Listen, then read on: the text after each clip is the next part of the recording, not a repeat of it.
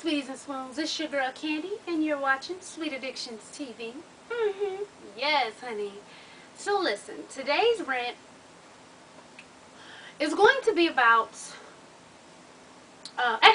First off, it was submitted to me by William Gross on Facebook, and he asked, "How soon should you turn off life support if the person is brain dead, and how would you handle it?"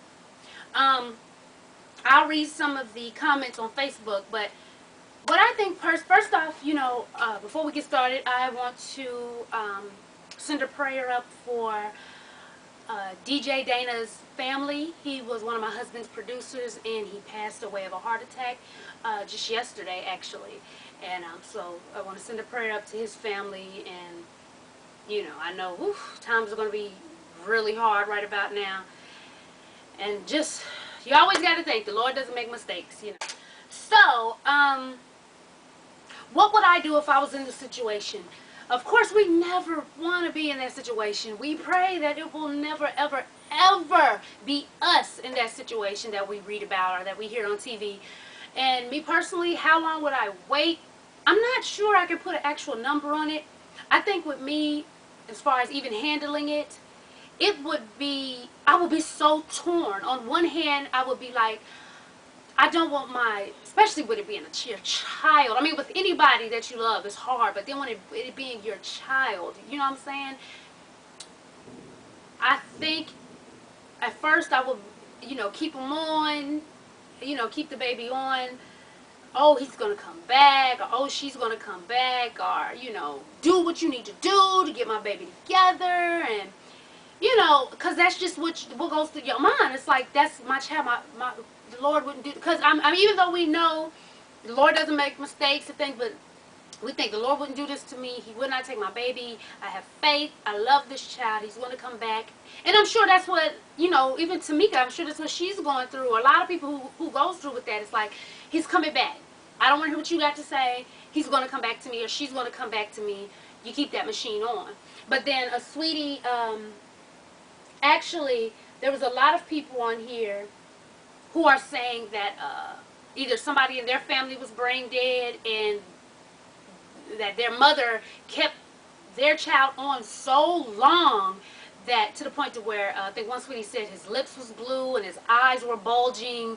And it's like, before we get to that point, I think me personally, that's when I would say, okay, take it off, because even though miracles happen every day, nobody can say what the Lord's going to do or what not going to do. But when it gets to that point, it's like, okay, it's time to let him rest in peace, But then on the other hand, I would be like, if I was to, quote unquote, pull the plug, it's like, would I be able to live with the, coulda, shoulda, wouldas? Like, what if I would have waited a little longer? How do I know he wouldn't have started moving tomorrow? Or, because you live with that so-called guilt that you decided to take them off of life support, and then sit around thinking, well, maybe if I would have kept them on just a little longer, they would have came to, or the doctors could have done something, or this, or that, because actually there was a story, I can't remember the young man's name, but I read it on Sandra Rose's blog, and I think TMZ talked about it.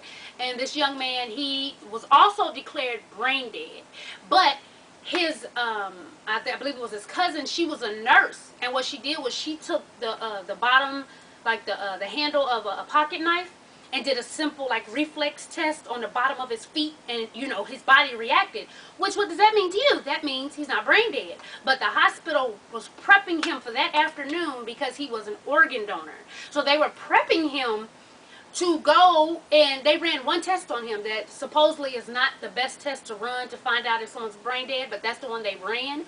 And they had him prepped and ready to go to get his organs, because supposedly that hospital had a waiting list on a lot of the organs and I guess the blood type that he was. So if his cousin wouldn't have came and done this simple little test, they would have, got his parts and did with them as they will. So it's like, what would you do, If it were you, if it were your family, if it was your blood, your child, what would you do? Would you choose to let him go to heaven and take it as the Lord doesn't make mistakes? and not want him to sit there and just be kept alive by a machine? Or would you keep that person on the machine thinking he's going to come back, I'm not going to do this, there is no, if, ands, or buts, I'm keeping him on this machine, he's going to stay alive until the Lord brings him back. And if whichever one you pick, A or B, will you be able to deal with the aftermath of each one? So let me know. I would love to hear what you guys think. Even though we never want to imagine ourselves in a situation like this, it's a Tamika Foster, and that's a prime example. You never know what could happen.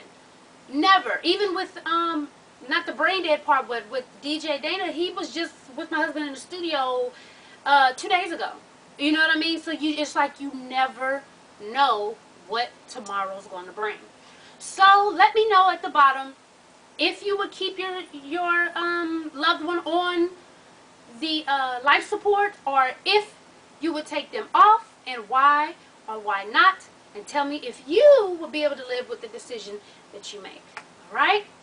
As always, thanks for watching. To tell a friend, to tell a friend, to tell a friend to subscribe. I'm out. Peace.